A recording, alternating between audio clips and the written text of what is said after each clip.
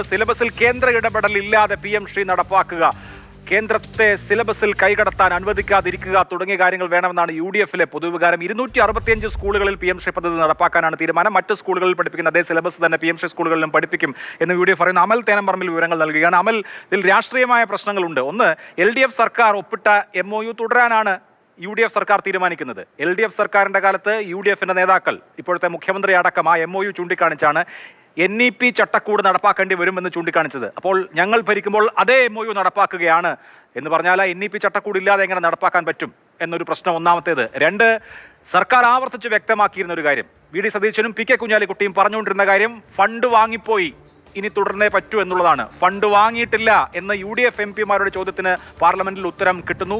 Withdraw ചെയ്യാം എന്ന സൂചനയും അതേ മറുപടിയിൽ നിന്ന് കിട്ടുന്നു. യഥാർത്ഥത്തിൽ UDF-ന് സ്വന്തം അണികളെ ഇപ്പോൾ എടുത്തിരിക്കുന്ന നിലപാട് പറഞ്ഞ് മനസ്സിലാക്കൽ എളുപ്പമായിരിക്കുമോ?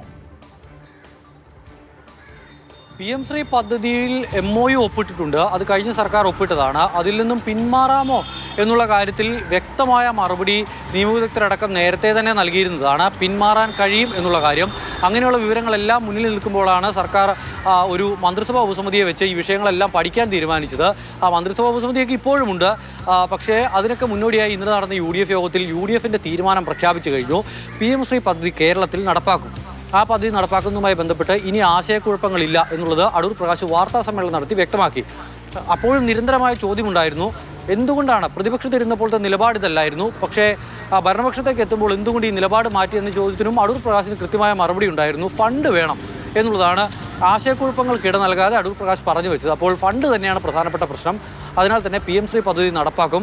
265 സ്കൂളുകളാണ് ഇതിനായി തിരഞ്ഞെടുക്കേണ്ടത്. കേന്ദ്രം നിർദ്ദേശിച്ചിരിക്കുന്ന അങ്ങനെ 265 സ്കൂളുകളാണ്. അത് ഏതാണ് എന്നുള്ള കാര്യത്തിൽ മാത്രമാണ് ഇനിയിപ്പോൾ ഒരു ആശയക്കുഴപ്പം നിലനിൽക്കുന്നത്. പ്രതിപക്ഷത്തിരുന്ന് പറഞ്ഞ കാര്യങ്ങളൊക്കെ ഭരണപക്ഷത്ത് വന്നപ്പോൾ മറന്നു എന്നുള്ള നിലയിൽ തന്നെയാണ് കാര്യങ്ങൾ മുന്നോട്ട് പോകുന്നത്. പ്രത്യേകിച്ചും ലീഗിൻ്റെ കാര്യമാണ്.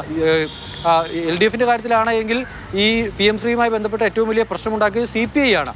CPI രണ്ടാമത്തെ LDF-ലെ വലിയ ഘടകകക്ഷിയാണ്. CPI ശക്തമായ നിലപാട് ആ വിഷയത്തിൽ സ്വീകരിച്ചു. അതേ തുടർന്ന് ഈ PM ശ്രീയിൽ ഒപ്പിട്ട് അതിൻ്റെ തുടർ നടപടികളുമായി മുന്നോട്ട് പോകുന്നതിൽ നിന്നും സർക്കാരിന് പിൻവാങ്ങേണ്ടി വന്നു എന്നുള്ളതാണ്. പക്ഷേ UDF-ലെ കാര്യം പരിശോധിക്കുമ്പോൾ UDF-ലെ രണ്ടാമത്തെ വലിയ ഘടകകക്ഷിയായ ലീഗ് തന്നെയാണ് വിദ്യാഭ്യാസ വകുപ്പ് കൈകാര്യം ചെയ്യുന്നത്. അപ്പോൾ അതിലെ പ്രഥമ ഉത്തരവാദിത്വം എന്ന് പറയുന്നത് ലീഗിനും ലീഗിൻ്റെ മന്ത്രിയായ N ഷംസുദ്ദീനുമൊക്കെയാണ്. പക്ഷേ ഷംസുദ്ദീൻ ഇന്നലെ പറയുന്നത് ഒപ്പിട്ട് പോയി, ഇനിയിപ്പോൾ എന്ത് ചെയ്യാനാണ് എന്നുള്ള കൈകഴുകലാണ് ഷംസുദ്ദീൻ്റെ ഭാഗത്തു നിന്നും. പലരും പറയുന്നത് അമൽ, മുസ്ലിം ലീഗിനകത്ത് ഇക്കാര്യത്തിൽ അഭിപ്രായ വ്യത്യാസമുണ്ട്, ഇനിയും ചർച്ച ആവശ്യമുണ്ടെന്ന നിലപാട് ലീഗിനുണ്ട് എന്നൊക്കെയാണ്. പക്ഷേ പൊതുവിദ്യാഭ്യാസം ഭരിക്കുന്നത് ലീഗാണ്. 1100 കോടിയിലധികം രൂപ കിട്ടാനുണ്ട്. പൊതുവിദ്യാഭ്യാസ വകുപ്പിന് കിട്ടേണ്ട പണമാണ്. യഥാർത്ഥത്തിൽ ലീഗിന് പുറത്തു പറയുന്ന എതിരഭിപ്രായം മന്ത്രിസഭയ്ക്കകത്തോ മുന്നണിക്കകത്തോ ഉണ്ടോ? അവരത് ഉന്നയിച്ചിട്ടുണ്ടോ? PK കുഞ്ഞാലിക്കുട്ടിയും PMA സലാമും അടക്കമുള്ള പ്രധാനപ്പെട്ട നേതാക്കളെല്ലാം പങ്കെടുത്ത UDF യോഗത്തിലാണ് ഇന്നലെ PM ശ്രീ പദ്ധതി സംസ്ഥാനത്ത് നടപ്പാക്കാനുള്ള തീരുമാനമുണ്ടായത്. അതിനാൽ ലീഗിൻ്റെ ഏതെങ്കിലും നേതാക്കളുടെ ഭാഗത്തു നിന്നും പരസ്യമായ പ്രതികരണം ഉണ്ടാകുമോ എന്നുള്ള കാര്യത്തിൽ സംശയമുണ്ട്. പക്ഷേ ലീഗ് ഈ വിഷയത്തിൽ വലിയ പ്രതിസന്ധിയിലാണ് എന്ന കാര്യത്തിൽ സംശയമില്ല. പ്രത്യേകിച്ചും സംസ്ഥാനത്തെ അല്ലെങ്കിൽ രാജ്യത്തെ വിദ്യാഭ്യാസ സംവിധാനം മുഴുവൻ കാവ്യവൽക്കരിക്കാൻ വേണ്ടി കേന്ദ്രം ഒരു നയം നടപ്പാക്കുന്നു, NEP നടപ്പാക്കുന്നു. അപ്പോൾ അതിൻ്റെ ഭാഗമാകേണ്ടി വരും. അതിനാൽ ഒരു കാരണവശാലും ഇത് നടപ്പാക്കാൻ പാടില്ല എന്ന് മാത്രമല്ല, UDF അധികാരത്തിലെത്തിയാൽ PM ശ്രീ അറബിക്കടലിൽ എന്നൊക്കെ പറഞ്ഞ ആളുകൾ ഇപ്പോൾ മന്ത്രിസഭയുടെ ഭാഗമായിരിക്കുന്നു. KM ഷാജി മന്ത്രിയാണ്.